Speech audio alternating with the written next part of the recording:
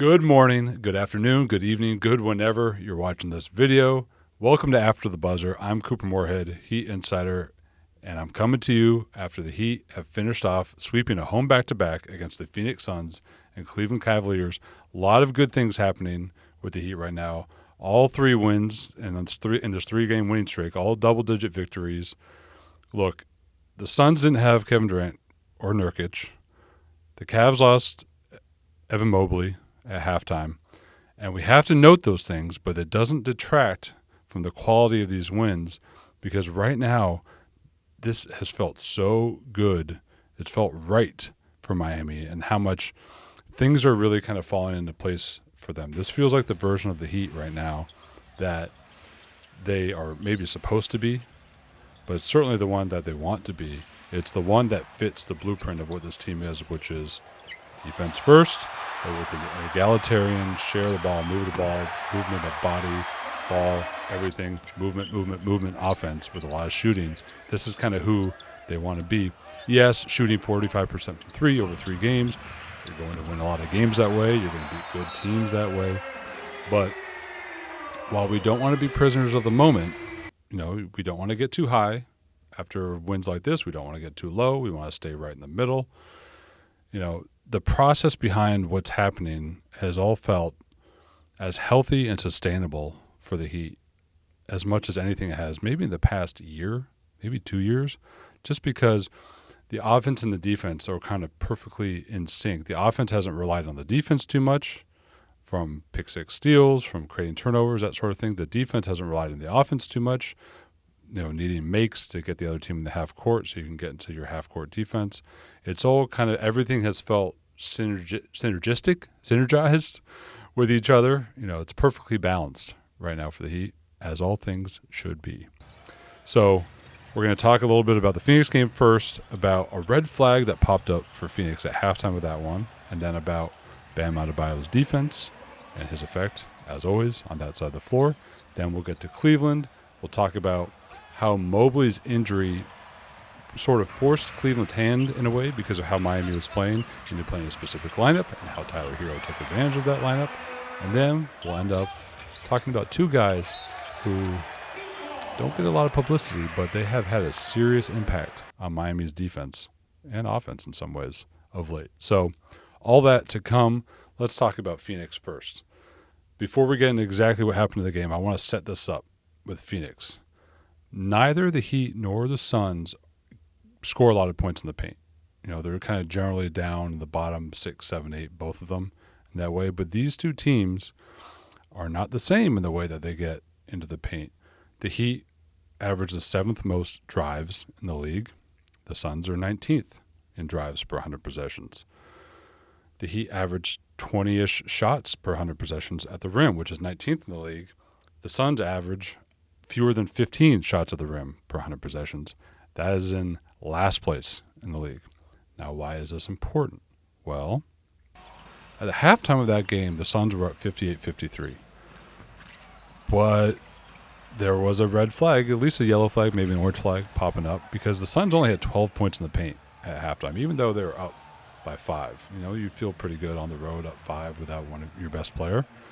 But they were shooting so well, 46% from 3, and they didn't really have that offensive foundation to support all that shooting. So in the second half, what happens? Of course, the shooting cools down. They shoot 29% from 3 the second half, and the Heat outscore them by 15 in the last 2 quarters because, as the threes weren't falling, they didn't really have anything else. The Suns like to get a lot of their paint points are kind of in the upper paint, the non-restricted area, upper paint above the dotted line sort of area, mid-range shots. That's where a lot of those are going to be. The Heat are getting into the paint more than them. So without much rim protection on the floor, the Heat were able to get into the paint. And even as the Heat, they shot pretty well, over the course of the entire game. But, they had that foundation, that paint foundation, and that's kind of how their entire offense is supposed to be. Even if they aren't scoring points in the paint, they're a drive and kick team. They're constantly driving. So when there's not a lot of rim protection available, those drives are getting turned into driving finishes instead of driving kicks. That really is what turned the game around for Miami. It's the story of the game. The other story of the game was Bam Adebayo's defense. And yes, he's a story of almost every game because his defense is that good. He should be in Defensive Player of the Year conversations every single year of his career, not based on reputation, but because he literally earns that place in the conversation every single year. The statistics back that up. I will have them for you over the entire course of the season on Twitter, in my writing, on this video. We'll talk about Bam's defense throughout. But against Phoenix, I just thought that was a masterclass in Adebayo being able to change up his coverages throughout the game and keep Devin Booker and Bradley Beal down below their typical offensive production. Those two combined to shoot just 11 of 34, 36 points on 34 shots, and that wasn't enough. It was enough for a clutch game. Phoenix kept it close down at the end, but it wasn't enough to really put Phoenix over the top. It never felt like their offense had much traction just because Bam was so good. He was one time, okay, let's blitz here, let's trap here, let's show here, let's do a typical drop, let's switch. At the end of the game, now he can save his switches a little bit because he's not doing that throughout the entire 48 minutes. Now he's switching out on to Devin Booker. Devin Booker has no choice. In a late game clutch offense situation, Devin Booker has to try and take Bam one-on-one, and it goes about as well as you think. It goes for most people in the league when they try and take Bam one-on-one, which is why a lot of teams don't try and do that anymore. Now, with Bam on the floor in that game against Phoenix, Miami's defensive rating was 104.4. That's going to be number one in the league over the course of a season for pretty much any season in the past 10 years or so.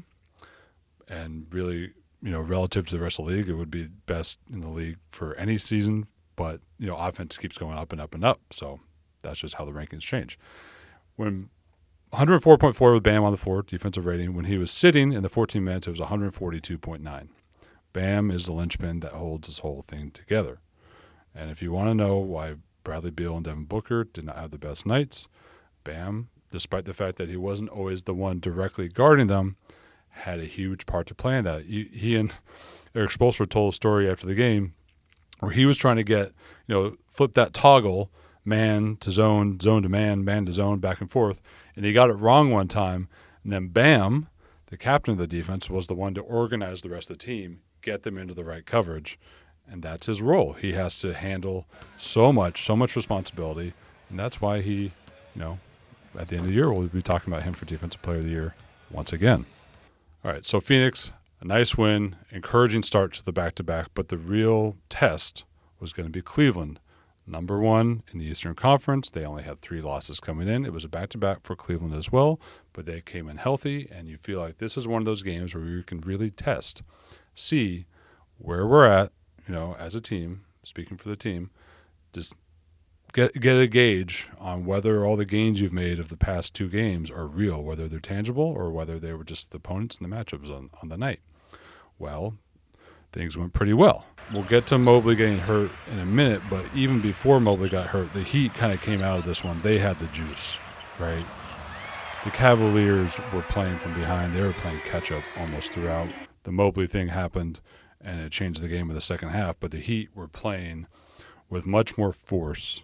They were playing their style, and in Eric Spoelstra's terminology, they were making a very, very good Cleveland offense feel their defense, and Cleveland never really quite looked comfortable. Granted, there's some misses here and there, as there always will be, but from the get-go tonight, this felt like Miami's game that Cleveland was going to have to take back at some point if they wanted to have a chance. That never happened. So the main talking point here is Evan Mobley, who's having an unbelievable season, might be headed to be an all-star at some point. He turns his ankle. He gets hurt. In the second half, he can't go. Now, remember, Cleveland starts Mobley and Allen in one of the biggest backcourts in the league. In the second half, they switch it up. They take Dean Wade, move him to the bench, so Dean Wade can come in for Jared Allen and become their small ball 5. And Cleveland started running these small ball lineups. A lot of shooting, 5 out, just like the Heat try to be when Kevin Love is out there. And that was an effort to kind of get their offense grease the wheels a little bit, find that energy that they were lacking on the offensive end. Well, that happened, right? Cleveland, when you're 5 out, you're almost always going to be able to find threes, corner threes. You're going to find more driving lanes. That's usually going to be there. 5-out lineups have that effect. They are the cheat code in the NBA if you have effective ones. The problem was that 5-out lineup, the small ball lineup, wasn't really able to get stops. And part of that is because of Tyler Hero, who was having a heck of a week. And every time Cleveland started to get momentum together, whether Donovan Mitchell, who we'll talk about in a second, Mitchell strings a couple makes together. Darius Garland is getting into the paint. They're finding some open corner threes. Every time Cleveland started to get a couple, offensive scores, one after another, Hero was there to put a stop to it. Not defensively, even though Hero actually had some good defensive plays lately, but Tyler was just matching them. Whatever Cleveland was doing, Tyler throughout the game was kind of just matching them, shot for shot, make for make, score for score. Whatever, whenever Cleveland just felt like they were starting to put things together, Tyler was there with a pull-up three, with a drive, getting to the free throw line. Whatever it was, Tyler was there with his balanced game that we've seen throughout the season. Tyler scored 19 points in the third quarter to hold off that Cavaliers offense. The Cavaliers defensive rating with Dean Wade coming off the bench in the second half of those small ball lineups was 132 defensive rating. Not very good. It means the Heat's offense was playing great. A lot of that was Tyler. And one last thing about Tyler is that over these past 2 wins against Phoenix and Cleveland, he's 11 of 14 in the paint, plus 2 of 3 against the Lakers earlier in the week. But really 11-14 on this home back-to-back is really nice to see, because as much as we've talked about his shot profile, trying to add more threes, part of it is also adding more layups, trying to turn floaters and pull-up twos into more layups, more going towards the rim. And he's really lived up to that part of the bargain too. He's increased his rim rate on the year. And look, Phoenix was trying to run him off the line, so there weren't that many three-point opportunities. Tyler just takes it in stride, takes that aggressive defense, sees closeout situations, he's going right to the rim. Against Cleveland's playing small. They're still trying to kind of play up on Tyler. They're trying to pick him up at half court sometimes. Tyler sees driving lanes. Again, there's not a lot of rim protection in there because Mobley's out. Allen's on the bench. They're playing small. Tyler's going right to the rim and finishing. So it's just really encouraging what we're seeing from Tyler Hero. It's less of being a three-level scorer because he's cut out some of the mid-range, but he's just finding that balance. Threes and how the threes turn into layups once the defense overreacts. It's really nice to see. And I want you to hear this quote from Tyler about how he's getting into more paint offense this season. I feel like teams are picking me up pretty much full court, the entire game, which is a tough cover if you're picking someone up full court who can drive and get downhill, but also respecting my three-point shot. So, just playing whatever the defense give me, just taking that. All right, so lastly, we're going to talk about the 2 players that are not going to get talked about very often, nationally or anything like that, but they deserve to be talked about locally. And first of all, Donovan Mitchell had 12 points on 5 of 16 shooting. Obviously not a very good game for a very, very, very good player. And Eric Spoelstra, in his very Eric Spoelstra way, is not one who's going to want to take too much credit for a great player having an off night like that. Here's what Eric Spoelstra had to say about the Heat's defense on Donovan Mitchell. Yeah, I don't want us to take credit for that because, no, those guys are so ignitable. It could have been, an off night for them. Mitchell had a lot of looks, when I was watching a bunch of the film yesterday, that he's knocking down a bunch of those. You have to, do things consistently to your identity over and over and over and over, and that gives you the best percentage chance of winning games. And I think they felt us, tonight.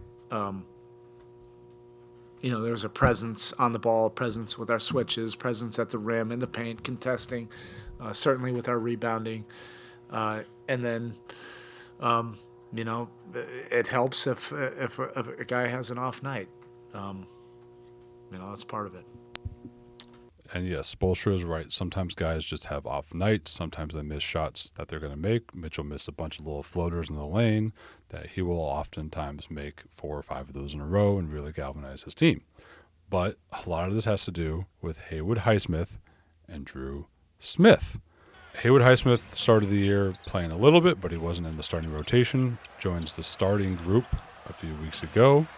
He's been really great. However, whether he plays 8 to 15 minutes or he plays 20-plus minutes, Haywood is a rock. He's probably the best consistent perimeter defender on the team right now, on ball especially. Drew Smith wasn't even really in the rotation for much of the season, but these past 2 games, he's played a huge role. He played the clutch minutes against Phoenix. He played the entire fourth quarter against Cleveland. And you can feel it when they're in the game. They are so far up and in on the other team's best players. Donovan Mitchell tries to go right at Drew Smith. Drew Smith yields no ground at all. Donovan Mitchell ends up with a turnover. Possession goes nowhere just because Drew Smith is such a good on-ball defender. Now, part of why these guys are so valuable is that the Heat have been a little bit in need of on-ball defense, a point-of-attack defense, not just because of the obvious reason that you need good perimeter defenders to put on good offensive players, but because of what stability at those perimeter positions on the ball or the first guy off the ball on the catch, it allows the Heat's defense to sort of keep its shape in the sense that Adebayo now, because the coverage is better on the ball, Adebayo doesn't have to keep changing things up, keep trying to help over here, keep trying to help over there. He can stay central where he can only help and only move out of position when he really needs to, but now he doesn't really need to because Drew Smith and Haywood Highsmith, among others, Jimmy Butler's played great defense too lately. Tyler Hero's been bought in. Duncan Robinson's been bought in. All these guys are really bought in on defense around the string, but Smith and Highsmith are, key components in the Heat's defense keeping its shape and keeping the ball out of the paint, which is the main thing that they want to do. But Drew Smith, Haywood Highsmith, neither of them is going to say very much. They're not outspoken guys. They don't make super flashy plays, even though personally, as a lover of defense, it's pretty flashy, it's pretty fun, it's pretty entertaining watching a guy shut someone down one-on-one or make a great play with their hands, things like that. Neither of them are going to generate a ton of highlights. They're just not the sort of guys that have carried national appeal. The ESPN or TNT, they're not going to be running these pregame packages on these kind of guys very often. But, man, they are both Eric Spoelstra guys through and through. And it's no mistake that Miami has felt most like the team that they want to be, that they intend to be identity-wise, as both Smith and Highsmith's minutes have increased, as Eric Spoelstra has inserted them more and more into the rotation. So that's all for this episode. A really great week for the Heat. One of the best weeks they've had in multiple seasons in getting these 3 wins coming off, the 2 road back-to-back losses in Toronto and Boston. They have recovered well, turned things around. That's typically what they do. Whenever it feels like they're at their lowest, they regroup. They cut out low-hanging fruit in terms of their mistakes. They figure out, let's get back to our identity. Identity was a huge part in the Lakers win. It's carried them through this weekend. And now it feels like they're back on their footing, back on the right foot. They have their traction. They're doing the things they want to do. A lot of it starts with the defense. Tyler Hero has been huge with the offense, but the offense has really come together around everyone. It feels like, again, it's balanced. And that is what the Heat ideally want to be throughout the rest of the season. We'll see how it goes. Right now, all good things. Thank you for joining me. I'm Couper Moorhead, and this has been After the Buzzer. You take care. Want more from the squad? Stay locked on the Heat YouTube channel.